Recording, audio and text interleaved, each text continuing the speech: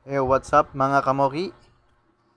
So, bukod sa sideline nating pag-shuttle, meron pa ulit tayo isang sideline ngayon, ang paggagawa po ng upuan ng tricycle. Kaya ito po ako ngayon naglalagari ng kahoy ayon sa lapad ng sidecar na ating gagawa ng upuan. So, ayan po, nalagari ko na po ang mga kahoy. Pasensya na po kayo dahil nakahubad ako dahil sobrang init po ng panahon. Tagaktak po ang pawis natin yan sa paggagawa pa lang ng frame. Kaya samahan nyo ako sa paggagawa nito.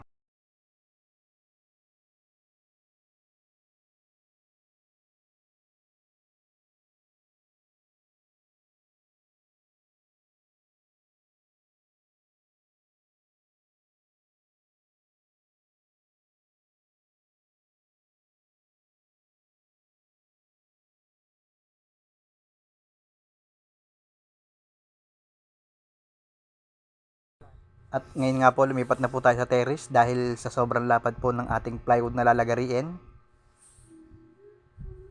ay talaga naman pong lupagi ako din eh.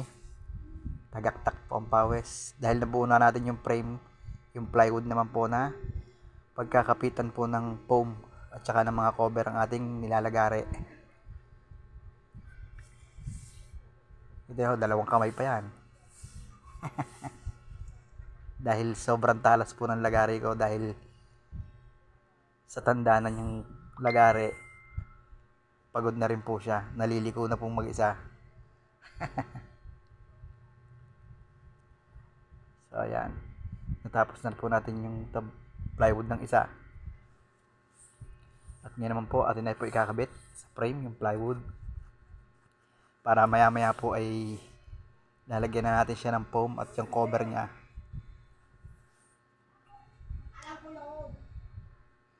Dahil usapan po namin ng may-ari ay kukunin din niya mamaya itong upuan na to.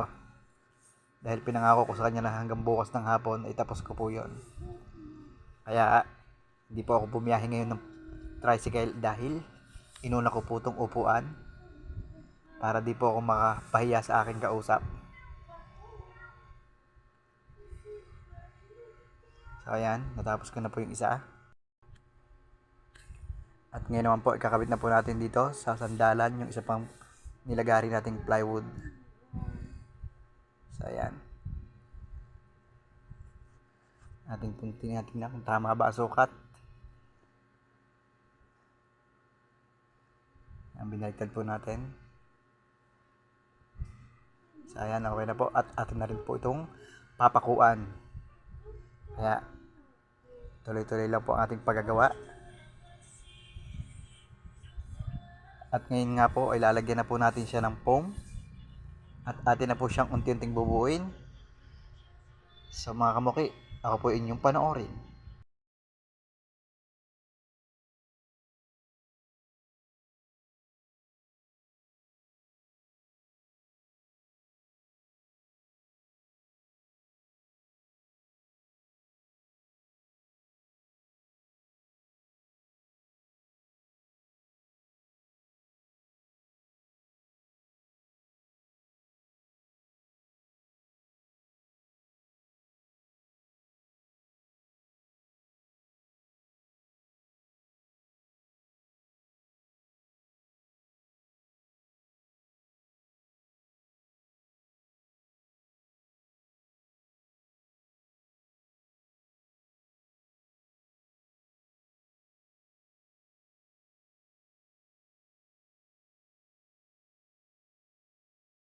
So ayan nga po mga kamoki, nalagyan na po natin ng foam at ngayon po nilalagyan na po natin siya ng cover.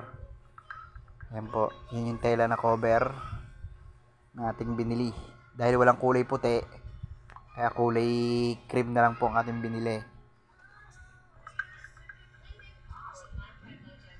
At hindi nyo na po napansin, pantatlong venue ko na po to.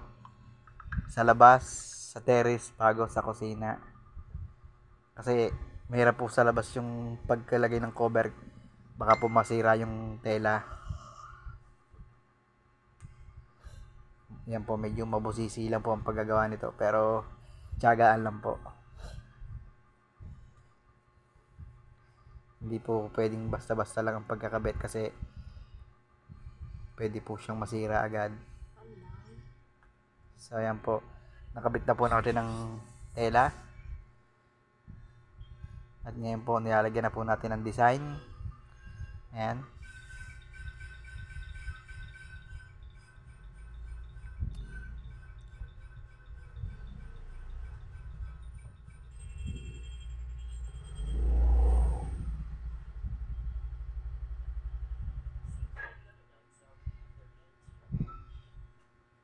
Hindi naman po sila nagkakalayo ng kulay ng puti.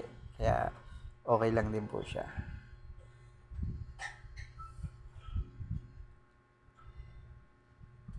So ayan po, ating kinakabitan na siya ng design.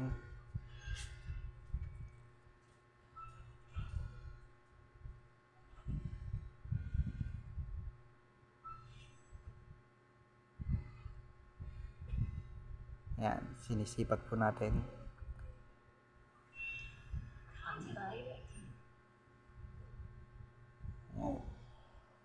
At pagkatapos po nito, yung sandalan lalagyan po natin ng pangalan tapos kokobera na po natin siya ng plastic para po hindi siya masira ng aso or ng pusa.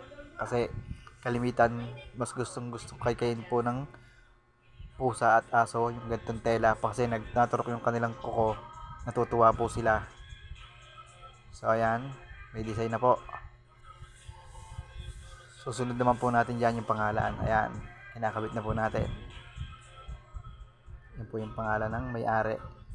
Kaya shoutout kay Kuya Vic na nagpagawa sa akin. Maraming salamat. So ayan, Vic and Tina, bali pangalan nila mag-asawa po yan ang pinalagay. Hindi na po niya pinalagay ang pangalan ng apo dahil marami raw po siyang apo eh. Baka daw mag-inggitan pa. Papangit naman ho kung ipalalagay lahat ang pangalan daw. So ayan, nalalagay po natin siya ng plastic.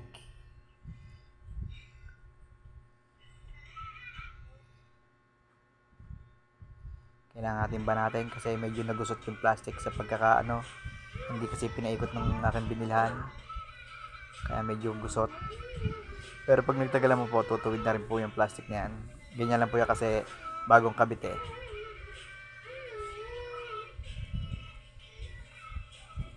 So ayan po. Malapit na po natin matapos ang pagko-cover ng upuan ng sandalan.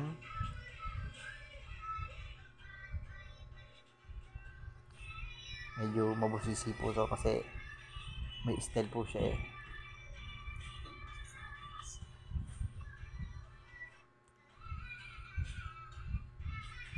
So naubusan po ng bala ang ating tacker, kakargahan na po natin.